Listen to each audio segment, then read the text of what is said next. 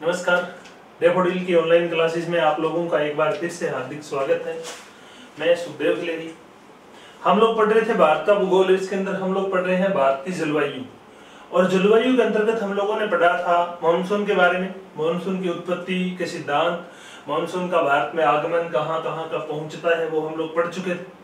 आज का जो हमारा जो टॉपिक रहेगा वो रहेगा भारत की ऋतुएं, यानी कि जो नेक्स्ट टॉपिक है हमारा वो है भारत की ऋतुएं।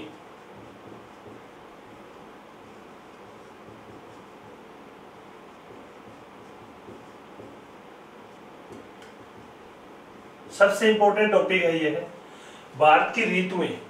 अब यहां पर आप लोगों को समझना है कि ऋतु जो है वो क्यों बनती है, क्या होती है। जैसे इसमें से क्वेश्चन है वो पूछे जाते रहे हैं।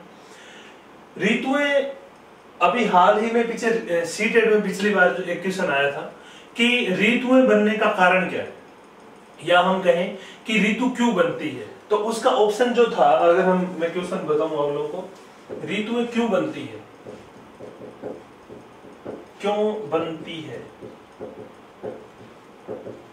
ये प्रश्न था उसका।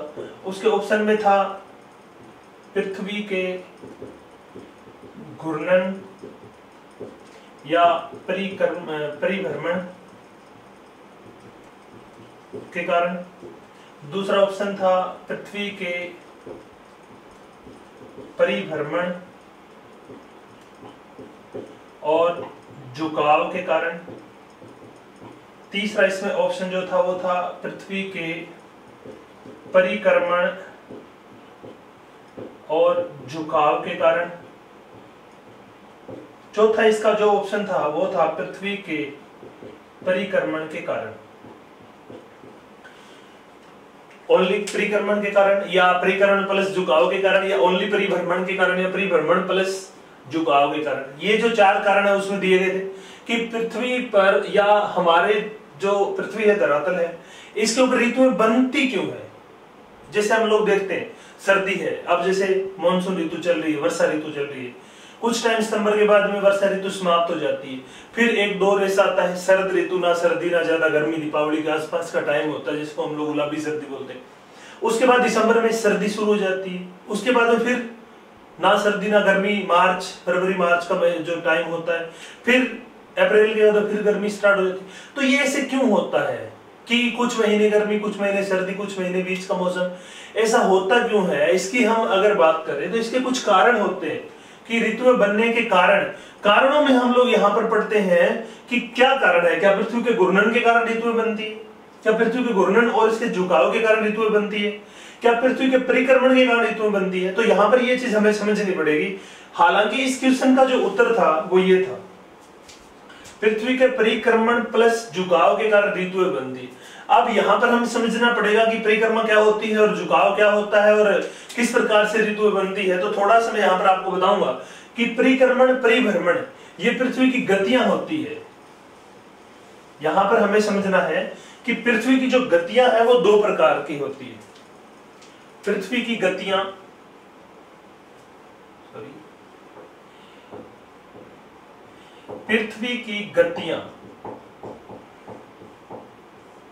दो प्रकार की होती है। एक होती है परिभ्रमण, या इसको हम बोलते हैं घूर्णन गति, या इसको हम बोलते हैं दैनिक गति।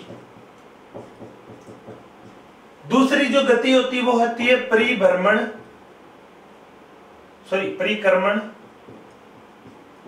या वार्षिक गति। ये दो प्रकार की गतियां होती है जो पृथ्वी गति करती है। हमारे खगोल में या हमारे ब्रह्मांड में जितने भी पिंड है, चाहे वो ग्रह है, उपग्रह है, क्षुद्र ग्रह है, उल्का पिंड है, चाहे वो तारे हैं, चाहे वो आकाश गंगाएं हैं, ये सारे के सारे गतिमान होते हैं और हर पिंड अपने से बड़े पिंड के प्रति जिम्मेवार होता है। जैसे हम लोग बात करें तो उपग्रह ग्रहों के चक्कर काटते हैं, ग्रह अपने तारों का चक्कर काटते हैं। जैसे पृथ्वी का चक्कर चंद्रमा काटता है, पृथ्वी सूर्य का चक्कर काटता है, सूर्य अपनी आकाश गंगा का चक्र काटता है, आकाश गंगा जो है वो पूरे ब्रह्मांड का चक्र काटती है। इस प्रकार से एक हायरार्किकल सिस्टम होता है, या हम यूं क्रमबद्ध रूप से ये जो पिंड होते हैं वो एक दूसरे के प्रति जिम्मेवार होते हैं और ये गति करते हैं। तो ये दो प्रकार की गति करते हैं। सूर्य भी अपने अक्ष के ऊपर घूमता है जिसको हम लोग बोलते हैं घूर्णन, और सूर्य अपनी आकाशगंगा के चारों ओर भी घूमता है, जिसको बोलते हैं परिक्रमा करना। यानी कि यहां पर जैसे हम लोग कोई भी खगोलीय पिंड की बात करें, जैसे मान लो कि ये पृथ्वी है, अब ये जो पृथ्वी है, ये पृथ्वी वास्तव में जैसे हम देखते हैं यहां नॉर्थ पोल है, यहां साउथ पोल है, लेकिन ऐसा नहीं है। पृथ्वी जो है वो वास्तव में ऐसे थोड़ी झुकी हुई है, यानी कि पृथ्वी का जो झुकाव है इसके साथ वो है 23.5 डिग्री। पृथ्वी अपने अक्ष के ऊपर 23.5 डिग्री झुकी हुई है और अपने कक्ष तल के साथ 66.5 डिग्री का कोण बनाती है, 66.5 डिग्री का कोण बनाती है। ये भी क्वेश्चन सी टेट में और टेट में, रीट हो चाहे वो एस्टेट हो, इस प्रकार का प्रश्न 1% जरूर आता है। और ये जो है वो एनसीईआरटी किताबों में बड़े आसानी से समझाएंगे कि पृथ्वी अपने अक्ष पर झुकी कितनी हुई है।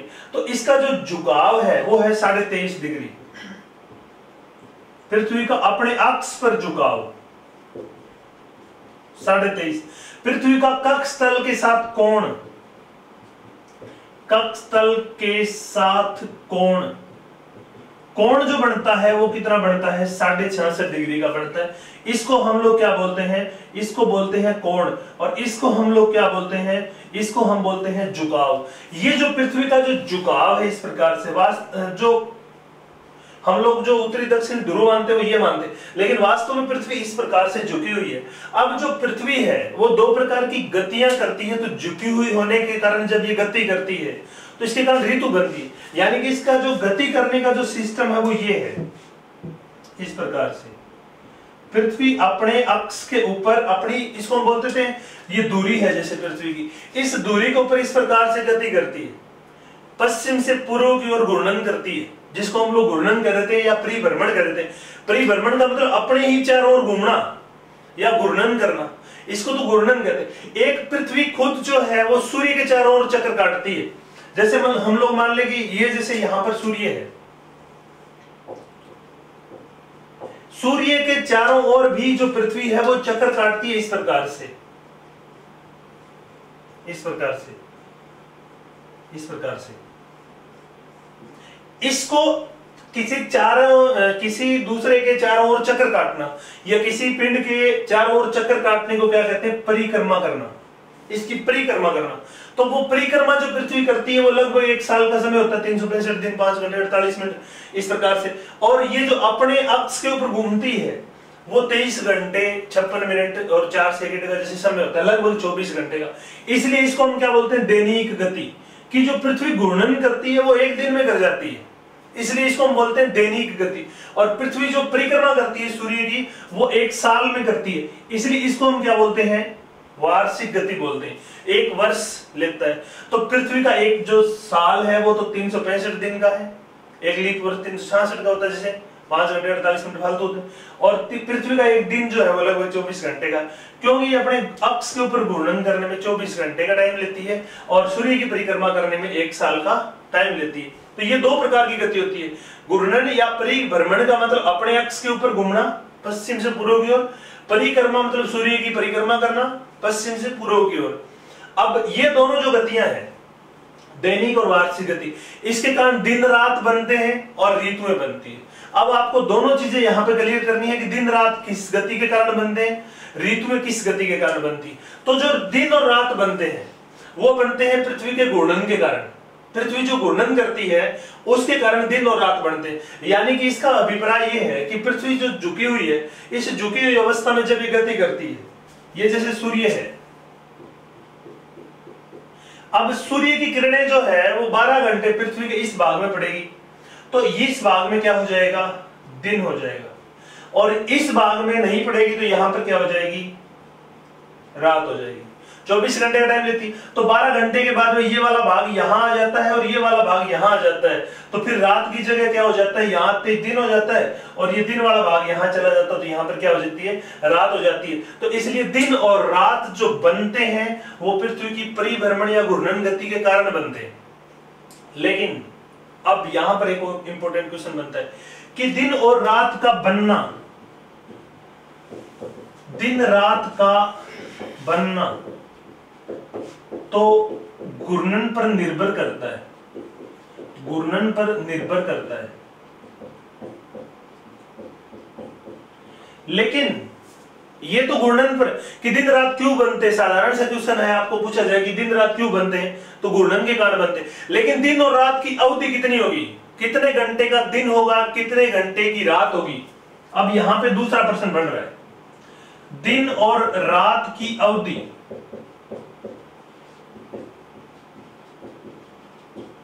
कितनी होगी,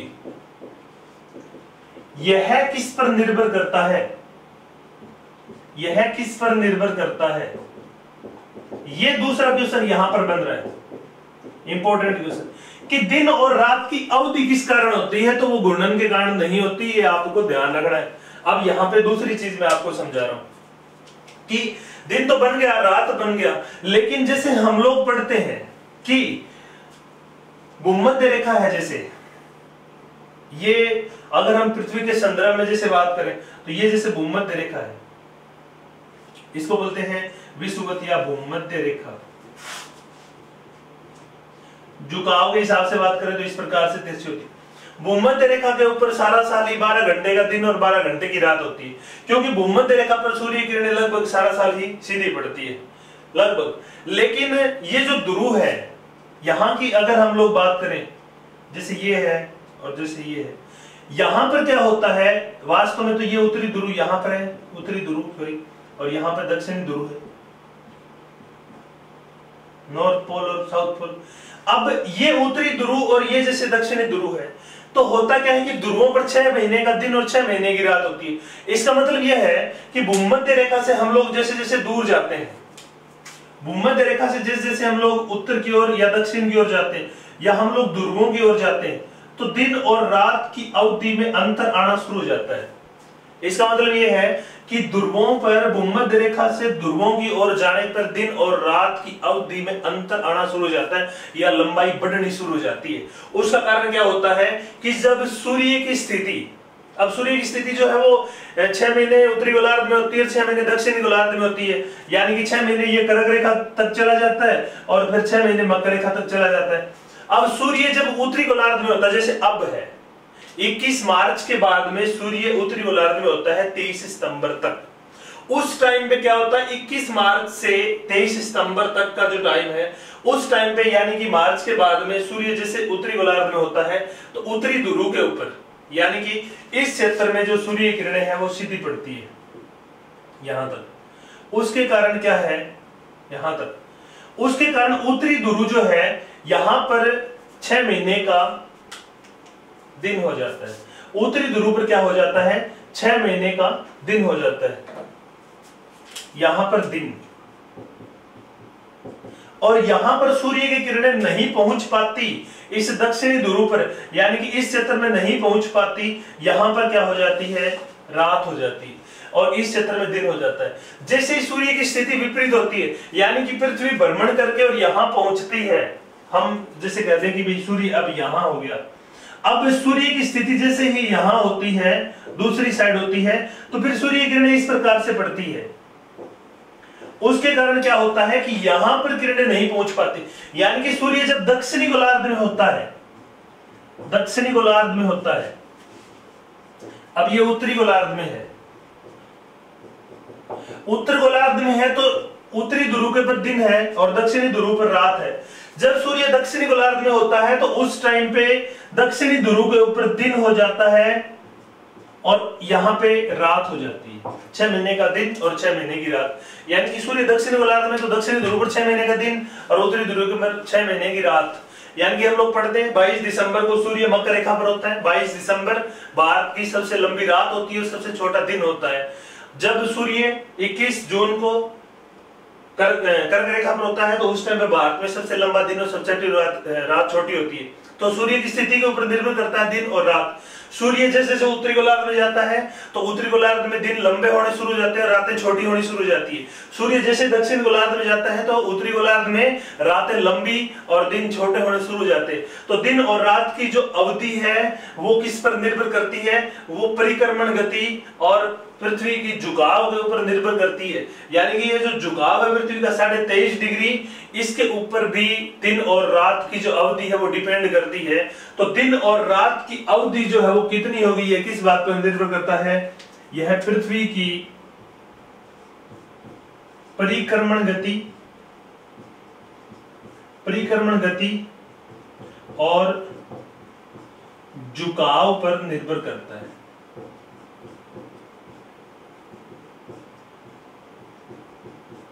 लेकिन दिन और रात बनना किस पर निर्भर करता है? केवल इसके घूर्णन पर निर्भर करता है। दिन और रात बन जाएंगे, लेकिन दिन कितने घंटे का होगा और रात कितने घंटे की होगी वो निर्भर करेगा इसकी परिक्रमण प्लस इसकी वार्षिक गति के ऊपर, कि सूर्य की परिक्रमा जब पृथ्वी करती है तो उसकी स्थिति कहाँ होती है, उसी स्थिति के अकॉर्डिंग जो है वो दिन इतने घंटे का होगा, रात इतने घंटे का। जैसे 23 सितंबर और 21 मार्च सूर्य बिल्कुल भूमध्य रेखा तो सीधा होता है, तो उस दिन यानी कि 23 सितंबर और 21 मार्च को पूरी पृथ्वी के ऊपर 12 घंटे का दिन और 12 घंटे की रात, यानी कि दिन और रात बराबर होते हैं। लेकिन 21 मार्च को उत्तरी गोलार्ध में सबसे लंबा दिन होता है 21 जून को, और सबसे छोटी रात होती है। 22 दिसंबर को दक्षिण गोलार्ध में सबसे लंबा दिन होता है और सबसे छोटी रातें होती है। तो ये जो है वो सूर्य की स्थिति के कारण, यानी कि सूर्य की स्थिति किसके कारण चेंज होती है? पृथ्वी की परिक्रमा के कारण चेंज होती है, पृथ्वी की जो वार्षिक गति है उसके कारण चेंज होती है, और इसके झुकाव के कारण इस प्रकार से जो है वो इस पर निर्भर करता है। तो दिन और रात से संबंधित 2 क्वेश्चन आपके यहाँ पर हल हो रहे हैं। दिन रात बढ़ते हैं इसकी घूर्णन गति के कारण, दिन रात की लंबाई इसकी परिक्रमण प्लस इसके झुकाव पर निर्भर करती है। आशा करता हूँ आप लोग यहाँ पर समझ गए होंगे। आप लोग वीडियो को अच्छे से देखोगे तो ये चीज समझ में आ जाएगी। एक बार ये चीज समझ में आ गई तो फिर आपको प्रॉब्लम नहीं आती। ये जो गतियां होती है इन खगोलीय पिंडों की, चाहे वो पृथ्वी की गति है, चाहे वो चंद्रमा की गति, चाहे वो सूर्य गति, इन्हीं गतियों के कारण ग्रहण लगते हैं। जैसे अभी सूर्य ग्रहण हुआ था 21 जून को, इससे पहले जैसे चंद्र ग्रहण हुआ था। इस महीने में 3 ग्रहण है, यानी कि ये जो सारी की सारी होती है, ये खगोलीय जो एक्टिविटी होती है, ग्रहण जो होते हैं, वो इनकी वार्षिक और दैनिक गतियों के कारण ही होते हैं। जो गतियां करते हैं खगोलीय पिंड उसके कारण होता है, और बाकी कुछ नहीं होता। जो कि हम लोग सुनते हैं टीवी के अंदर, बोला किसी ने, उसने उसको शराब दे दिया और उसने उसको दे दिया, हमें ये रखना चाहिए, वो रखना चाहिए, ये नहीं खाना चाहिए, वो नहीं खाना चाहिए। ये सिर्फ और सिर्फ हम लोग कहें कि ये बनावटी बातें होती है, ये आडंबर होते हैं, और ऐसा कुछ नहीं होता। वो कुछ फर्क नहीं पड़ता कि इसके ऊपर ये संकट आ गया, उसके ऊपर ये संकट आ गया, ये पृथ्वी पर संकट है, ये चंद्रमा पर संकट है, कुछ नहीं होता। ये जब अपनी गति करते हैं खगोलीय पिंड, तो उस दौरान क्या होता है कि पृथ्वी, सूर्य और चंद्रमा जब एक सीध में हो जाते हैं तो ग्रहण लग जाता है। अगर चंद्रमा बीच में आ गया तो सूर्य ग्रहण हो गया, अगर सूर्य बीच में आ गया तो चंद्र ग्रहण हो गया। तो इस प्रकार की एक्टिविटी होती है। इसके ऊपर मैं एक स्पेशल वीडियो बनाकर लेके आऊंगा। लेकिन ये चीज हमें समझनी है कि इनकी गतियों के कारण ही ग्रहण लगते हैं, और गतियों के कारण ही जो दिन और रात है वो बनते हैं। तो यहाँ पर हमें पहली चीज यहाँ पर समझ ली कि दिन और रात क्यों बनते हैं। दूसरी चीज, हम लोग यहाँ पर ऋतु की बात कर रहे हैं, भारत की ऋतुओं की, तो हमें क्या समझना है कि ऋतुएं क्यों बनती है। ऋतु पृथ्वी की परिक्रमण गति प्लस इसके झुकाव के कारण बनती है। तो ये पृथ्वी की गतियां होती है, और इसके कारण जो है वो ऋतु, दिन और रात बनते हैं। ये सारी की सारी जो एक्टिविटी है वो होती है। अब हम पढ़ते हैं, आगे बढ़ते हैं भारत की ऋतुओं में। यहां तक अगर आपके कोई भी चीज ना समझ में आई हो या कोई भी क्वेश्चन आपके माइंड में हो तो आप लोग कमेंट करके बता सकते हैं।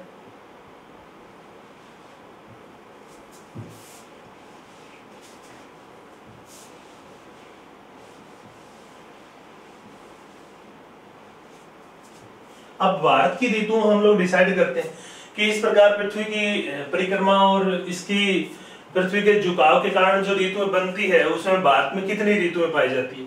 हालांकि भारत की ऋतुओं के बारे में भी आपको अलग अलग किताबों में अलग अलग पढ़ने को मिलेगा। कई जगह 6 ऋतुएं दी मिलेगी, कई जगह 3 दी मिलेगी, कई जगह 4 दी मिलेगी, कई जगह 5 दी मिलेगी। इस प्रकार से होता है। लेकिन हम लोग जो जनरली पढ़ते हैं, सामान्यतः जो ऋतुओं का वर्गीकरण हम लोग करते हैं वो 4 भागों में करते हैं। यानी कि भारत में मुख्यतः हम लोग 4 ही ऋतुएं पढ़ते हैं।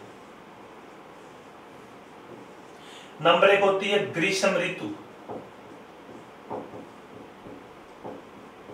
नंबर 2 होती है वर्षा ऋतु या मॉनसून ऋतु जो अब चल रही है, नंबर 3 होती है मॉनसून लौटने की ऋतु, या हम जिसको बोलते हैं शरद ऋतु।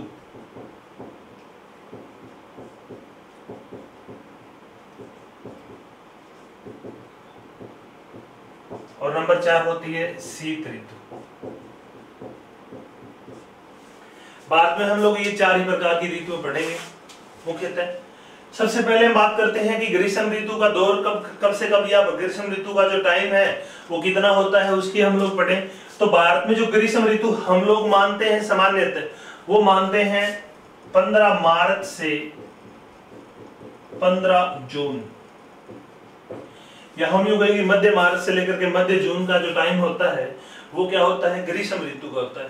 अब हालांकि जून जुलाई अगस्त में भी गर्मी पड़ती है ग्रीष्म ऋतु, लेकिन वर्षा ऋतु शुरू हो जाती है, इसलिए हम लोग उसको क्या पढ़ते हैं, मानसून ऋतु पढ़ते हैं। तो मानसून ऋतु का टाइम कब होता है, 15 जून से 15 सितंबर। अब सितंबर में मानसून पवनें लौटने आरंभ हो जाती है, उसके कारण क्या हो जाता है कि हम लोग वो मान लेते हैं कि 15 सितंबर तक जो है वो वर्षा ऋतु होनी चाहिए।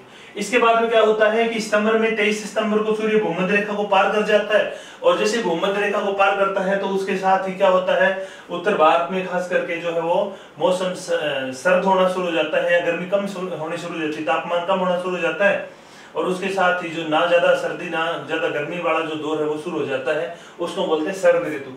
अब शरद ऋतु का जो टाइम है भारत में वो 15 सितंबर से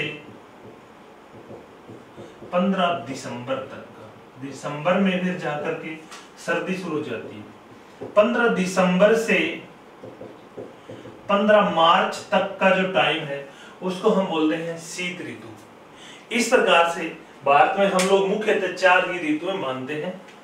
15 मार्च से 15 जून के बीच ग्रीष्म ऋतु, 15 जून के बाद में सितंबर 15 तक हाफ, यानी कि जून से हाफ सितंबर तक का टाइम होता है वर्षा ऋतु का, फिर सितंबर आधे से आगे दिसंबर आधे तक का टाइम होता है शरद ऋतु का, फिर होता है शीत ऋतु का।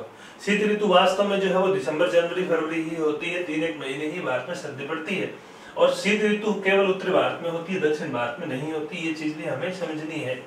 अब हम लोग सबसे पहले बात करेंगे ग्रीष्म ऋतु के बारे में, कि ग्रीष्म ऋतु भारत में जो है उस दौरान भारत में कौन कौन सी मौसमी घटनाएं घटित होती है, और कौन कौन से प्रश्न यहाँ पर ग्रीष्म ऋतु से संबंधित पूछे जा सकते हैं या आज तक पूछे गए हैं, हमें वो चीज ध्यान देनी है।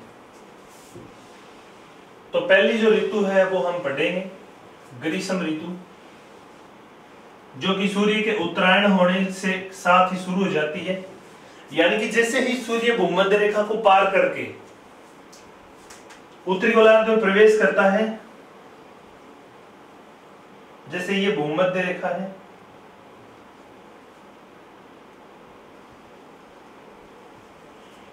जीरो डिग्री है।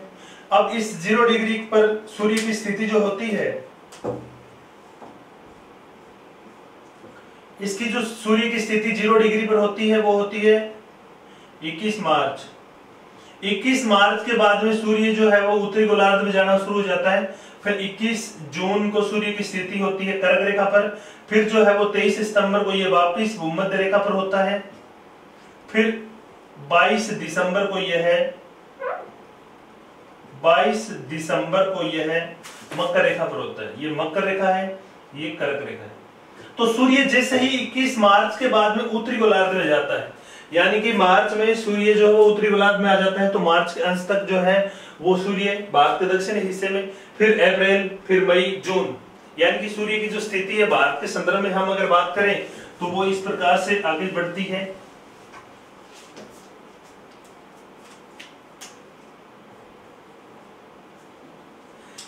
लगभग अप्रैल में जो सूर्य है वो यहां होता है, फिर मई, और फिर जो जून की अगर हम लोग बात करें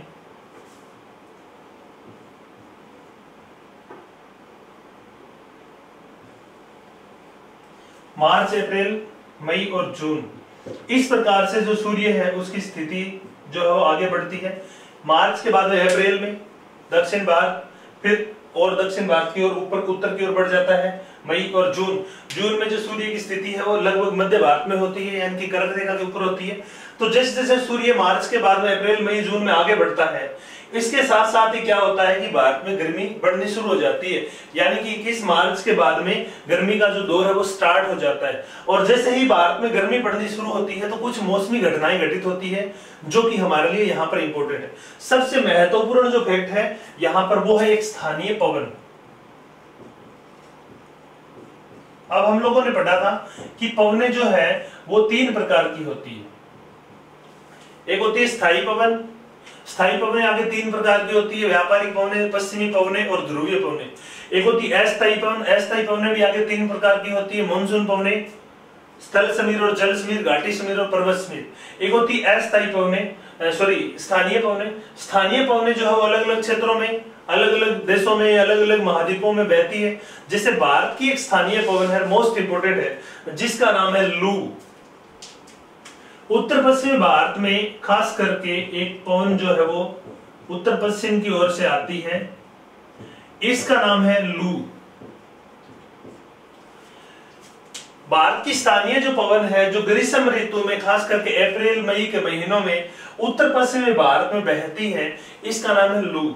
अब लू की विशेषता क्या होती है? यह एक उष्ण और शुष्क पवन होती है, यानी कि गर्म शुष्क पवन होती है जो उत्तर पश्चिमी भारत में जैसे ही प्रवेश करती है तो इस क्षेत्र का जो तापमान है उसको बढ़ा देती है, और शुष्कता होने के कारण इस क्षेत्र में जो गर्मी है वो ज्यादा पड़ती है और यहाँ के लोगों का जो गर्मी के कारण बेहाल हो जाता है। यानी कि इस टाइम पे जब लू बहती है तो टेम्परेचर जो है वो 45 से 48 डिग्री तक चला जाता है, और कई बार तो टेम्परेचर कई क्षेत्रों में 50 डिग्री तक भी चला जाता है। तो यानी कि उत्तर पश्चिमी भारत में लू नामक गर्म और शुष्क हवा बहने के कारण उत्तर भारत का जो टेम्परेचर है वो 45 से 48 डिग्री के बीच रहता है, यानी कि 45 डिग्री से ऊपर चला जाता है। लेकिन इस दौरान दक्षिण भारत का जो टेम्परेचर है वो 26 से 32 डिग्री के बीच रहता है। अब ये इंपॉर्टेंट है कि दक्षिण भारत जो है इसका टेम्परेचर जो है वो उतना नहीं बढ़ पाता जितना उत्तर भारत का बढ़ता है। उसका कारण हम लोगों ने जब जलवायु को प्रभावित करने वाले कारक पढ़े थे तो वहां पर हमने पढ़ा था कि उत्तर भारत समुद्र से दूर पड़ता है, और दूर पड़ता है तो ये स्थलखंड ज्यादा हो गया।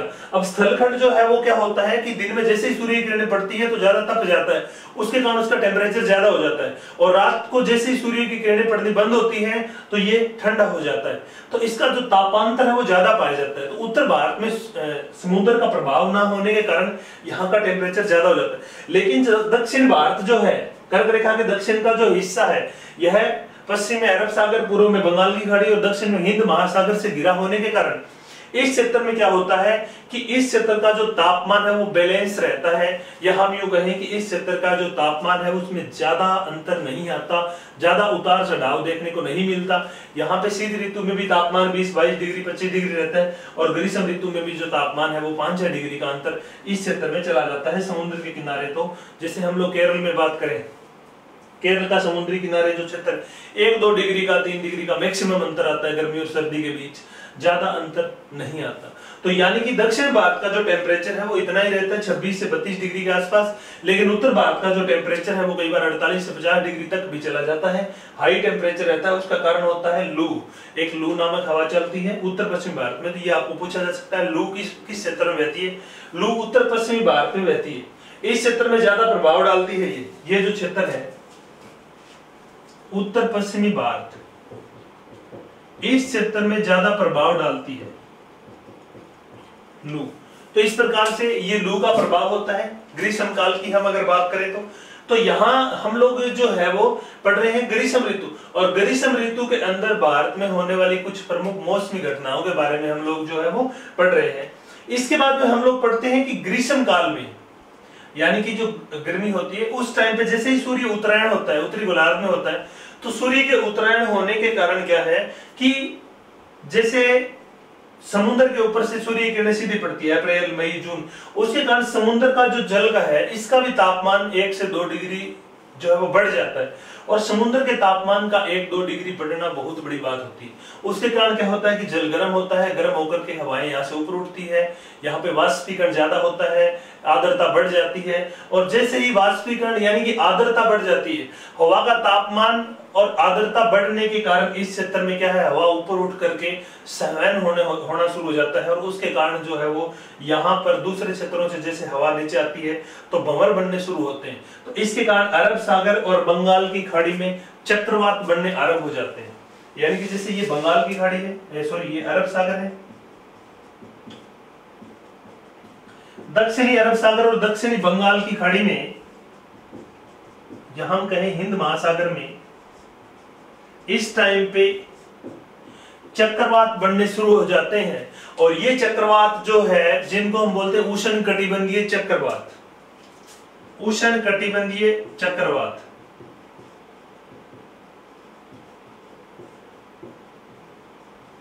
हम लोगों ने जो वर्ल्ड ज्योग्राफी पढ़ रहे थे उसमें हम लोगों ने पढ़ा था कि दुनिया के अलग अलग हिस्सों में इस प्रकार के चक्रवात बनते हैं तो अलग अलग क्षेत्रों में अलग अलग नामों से जाने जाते हैं। जैसे चीन और जापान के निकट इस प्रकार के चक्रवातों को टाइफून कहते हैं। जैसे दक्षिण उत्तर अमेरिका का जो फ्लोरिडा तट है उस क्षेत्र में इन चक्रवातों को टोर्नेडो कहते हैं। जैसे कैरेबियन सागर और मैक्सिको खाड़ी में यानी कि वेस्ट इंडीज के आसपास जो इस प्रकार के उष्णकटिबंधीय चक्रवात उठते हैं उनको हरिकेन बोलते हैं। इसी प्रकार से ऑस्ट्रेलिया के उत्तर पश्चिमी तट के ऊपर इस प्रकार के चक्रवात आते हैं, उनको विली विली बोलते हैं। लेकिन भारत में इन चक्रवातों को चक्रवात या अवताप बोलते हैं। जैसे अभी आया था अम्फान, इस क्षेत्र में आया था अम्फान, इस क्षेत्र में आया था निसर्ग, निसर्ग मुंबई से टकराया था, अम्फान कोलकाता और इस क्षेत्र से टकराया था, उड़ीसा और बंगाल से। ये दो चक्रवात जो है वो अभी कुछ दिन पहले या हम कहें कि मई लास्ट में जाकर के आए थे। तो इस प्रकार के जो चक्रवात है वो अप्रैल और मई, अब अप्रैल में यहाँ है और मई में यहाँ है। तो अप्रैल में यानी कि सूर्य की किरणें हिंद महासागर का जो उत्तरी भाग है या बंगाल की खाड़ी और अरब सागर का जो निचला भाग है, इस क्षेत्र में जैसे सूर्य होता है तो यहाँ का टेम्परेचर बढ़ने के कारण यहाँ पे चक्रवात बनते हैं। और ये जो चक्रवात है वो कोरियोलिस बल के प्रभाव से जो है वो यहाँ पर जो चक्रवात बनते हैं इस प्रकार से घूम करके यहाँ टकराते हैं। जैसे इस प्रकार से यहाँ पे कोई चक्रवात का निर्माण होता है तो वो इस प्रकार से जो चक्रवात है वो आगे बढ़ करके यहाँ जाता है। तो वो सूर्य की जो हम लोग कहें कि सॉरी उत्तरी गोलार्ध में जो कोरियोलिस बल होता है उसके प्रभाव से अपने दाईं ओर मुड़ करके और जाकर के तटों से टकराते हैं। और ये चक्रवात जब तटों से टकराते हैं तो तटों से टकराने के बाद में उन क्षेत्रों के अंदर तूफानी बारिश होती है, जिनको अलग अलग क्षेत्रों में अलग अलग नामों से जाना जाता है, या जिसको हम बोलते हैं प्री मानसून की बारिश या उष्ण कटिबंधीय चक्रवातीय बारिश। उन बारिश जो है वो मोस्ट इंपोर्टेंट है, यानी कि जो चक्रवातीय वर्षा होती है, चक्रवातीय वर्षा या हम कहते हैं उष्ण कटिबंधीय ग्रीष्मकालीन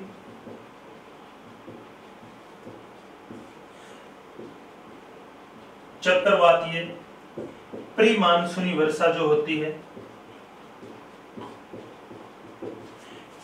ये वर्षा अलग अलग क्षेत्रों में अलग अलग नामों से जानी जाती है। और ये जो नाम होते हैं वो एग्जाम में पूछे जाते हैं, बड़े इंपॉर्टेंट होते हैं। जैसे बंगाल की खाड़ी से जो चक्रवात उठ करके और उड़ीसा, बंगाल और आसाम में, बांग्लादेश में जाकर के जो वर्षा करते हैं, यहाँ पे इनको कहते हैं काल वैसाखी। सबसे इंपॉर्टेंट जो पूछा जाता है उसका नाम है काल वैसाखी। इसी को बोलते हैं नॉर्वेस्टर।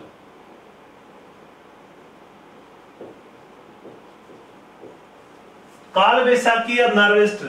जैसे ये जो चक्रवात है जो बंगाल की खाड़ी में उठ करके और पश्चिम बंगाल और आसाम से जाकर के टकराते हैं, जैसे ये बंगाल है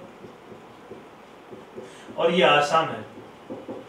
जैसे ये चक्रवात यहाँ पे टकराते हैं तो इस क्षेत्र में वर्षा करते हैं। जैसे अम्फान आया था, अम्फान ने कोलकाता क्षेत्र में बहुत भारी वर्षा की थी, उसके कारण बहुत नुकसान हुआ था इस क्षेत्र को। वो किसका उदाहरण था? उष्णकटिबंधीय चक्रवातीय वर्षा का ही उदाहरण था। तो इस प्रकार के चक्रवात खास करके वैशाख के महीने में आते हैं, यानी कि हम कहें अप्रैल और मई के महीनों में। उष्णकटिबंधीय चक्रवातीय जो ग्रीष्मकालीन वर्षा होती है ये खास करके अप्रैल और मई के महीनों में होती है। और ये अप्रैल और मई का जो महीना होता है यानी कि वैशाख का महीना होता है, तो इसलिए इसको बोलते हैं वैशाख का काल, यानी कि जब ये बंगाल में इस प्रकार की वर्षा होती है तो यहाँ की फसलों को नुकसान पहुंचाती है, तूफानी वर्षा होती है, इसलिए इसको कहते हैं वैशाख का काल। और ये बंगाल और आसाम में होती है। लेकिन आसाम और बंगाल में जो जैसे दार्जिलिंग क्षेत्र में या आसाम में चाय के बागान होते हैं, कहवा की कृषि होती है, उसके लिए फायदेमंद होती है। इसलिए आसाम में इस वर्षा को टी सावर या चाय वर्षा भी बोलते हैं। ये भी थोड़ा सा आपको ध्यान रखना है, इसको टी सावर या चाय वर्षा बोलते हैं, क्योंकि आसाम के चाय के बागानों के लिए ये बहुत फायदेमंद होती है, अदरवाइज ये नुकसान पहुंच जाती है। इसलिए बंगाल में इसको काल वैसाखी, वैशाख का काल कहते हैं। तो काल वैसाखी का कहाँ होती है? बंगाल और आसाम में। बहुत बार ये क्वेश्चन आता है, कब होती है? अप्रैल मई के महीनों में। किस कारण होती है? उष्णकटिबंधीय चक्रवातों के कारण जो है वो काल वैसाखी वर्षा होती है, तूफानी चक्रवाती वर्षा होती है। इसके अलावा इस क्षेत्र में भी जो तूफान आते हैं अरब सागर से या हिंद महासागर में, जो चक्रवात बढ़ करके यहाँ आते हैं, उन चक्रवातों के कारण केरल और कर्नाटका में भी वर्षा होती है, तूफानी वर्षा। उसको अलग अलग क्षेत्रों में भी अलग अलग नामों से जाना जाता है, उसकी भी हम बात करते हैं कि यहाँ पर इनको क्या नाम देते हैं। जैसे केरला में इस प्रकार से, ये जैसे केरल है, केरल में इस प्रकार से कोई चक्रवातीय तूफानी वर्षा होती है तो इसको कहते हैं, एक तो फ्लावर सावर,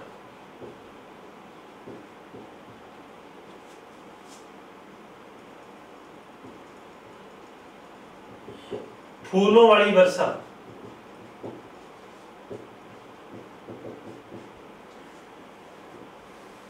यानी कि केरल में जब अप्रैल मई के महीनों में चक्रवातों के कारण वर्षा होती है तो यहाँ पे कॉफी के जो बागान होते हैं या कहवा जिसको हम बोलते हैं, कहवा की फसलों में फूल खिलने के लिए ये जो वर्षा है वो लाभदायक होती है।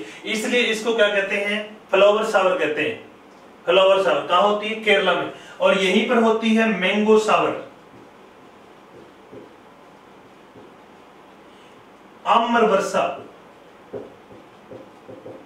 कहाँ होती है? केरला में। ये दोनों वर्षा कहाँ होती है? केरला में। इसी टाइम पे अप्रैल मई के महीनों में जब केरल में ये वर्षा होती है, चक्रवात की वर्षा, प्री मानसून की वर्षा, तो यहाँ के आम के फसल को बहुत ज्यादा फायदा पहुंचाती है। इसलिए इसको कहते हैं मैंगो सावर या आम्र वर्षा। आम्र वर्षा कहाँ होती है? केरल में होती है। फूलों वाली वर्षा या फ्लावर सावर कहाँ होती है? केरल में होती है। ये दोनों की दोनों वर्षा कहाँ पर होती है? केरला में। आम्र वर्षा कहाँ होती है? ये बहुत बार क्वेश्चन पूछा जाता है। और किस महीने में होती है? तो अप्रैल मई में। ये भी बहुत बार पूछा जाता है। तो फ्लावर सावर और आम्र वर्षा दोनों केरला में होती है। कब? उष्ण जो ग्रीष्म ऋतु है उस टाइम पे होती है और उष्ण कटिबंधीय चक्रवातों के कारण होती है। इसके बाद में इसके उत्तर का जो ये राज्य है इसका नाम है कर्नाटक। और कर्नाटक में जो इस टाइम पे वर्षा होती है उनको भी नाम दिया जाता है, जैसे कर्नाटक में एक तो होती है चेरी वर्षा, चेरी ब्लॉसम,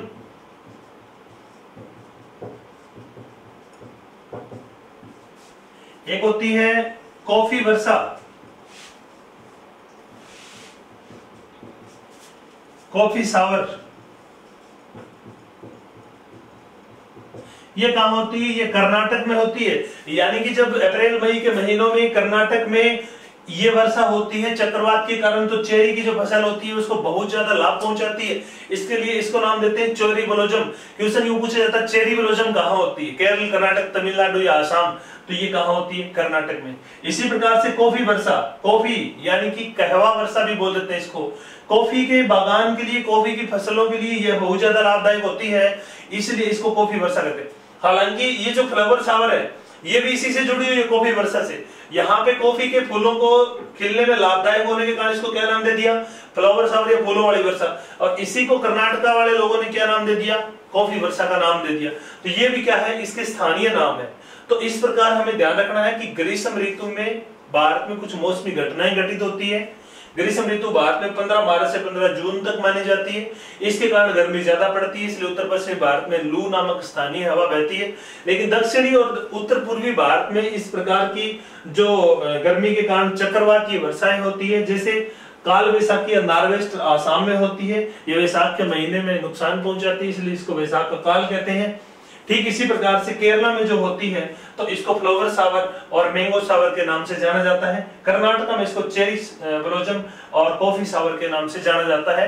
ये होती है स्थानीय वर्षा या स्थानीय रूप से इन नामों से इनको जाना जाता है। ये चारों पांचों नाम आप लोग रट लीजिए, मोस्ट इंपोर्टेंट है। सबसे इंपोर्टेंट ये है, इसके बाद में है आम्र वर्षा, फिर कॉफी वर्षा भी पूछा गया है, चेरी वर्षा है या फूलों वाली वर्षा है। तो इस प्रकार के जो क्वेश्चन है वो हमारे लिए मोस्ट इंपोर्टेंट है कि ग्रीष्म ऋतु के अंदर भारत में किस प्रकार की घटनाएं घटित होती है। तो ये चार नाम तो ये हो गए, और इसके अलावा आपका हो गया लू, उत्तर पश्चिमी भारत में बहने वाली शुष्क गर्म हवा जो है वो होती है। तो ये तो था ग्रीष्म ऋतु, यानी कि भारत की ऋतु हम लोग पढ़े थे। ऋतुएं बनती क्यों है, मैंने शुरुआत में क्वेश्चन बताया था। ऋतुएं जो है पृथ्वी की परिक्रमण गति प्लस इसके झुकाव के कारण बनती है। हम लोग भारत में 4 ऋतु मानते हैं, ग्रीष्म ऋतु, वर्षा ऋतु, शरद ऋतु और शीत ऋतु। हम लोगों ने आज पढ़ा ग्रीष्म ऋतु। आप लोगों को वीडियो कैसा लगा आप लोग कमेंट करके जरूर बताएं। अगर अच्छा लगा तो वीडियो को लाइक और शेयर करें। अगर आपने चैनल सब्सक्राइब नहीं किया तो आप चैनल को सब्सक्राइब करें। धन्यवाद।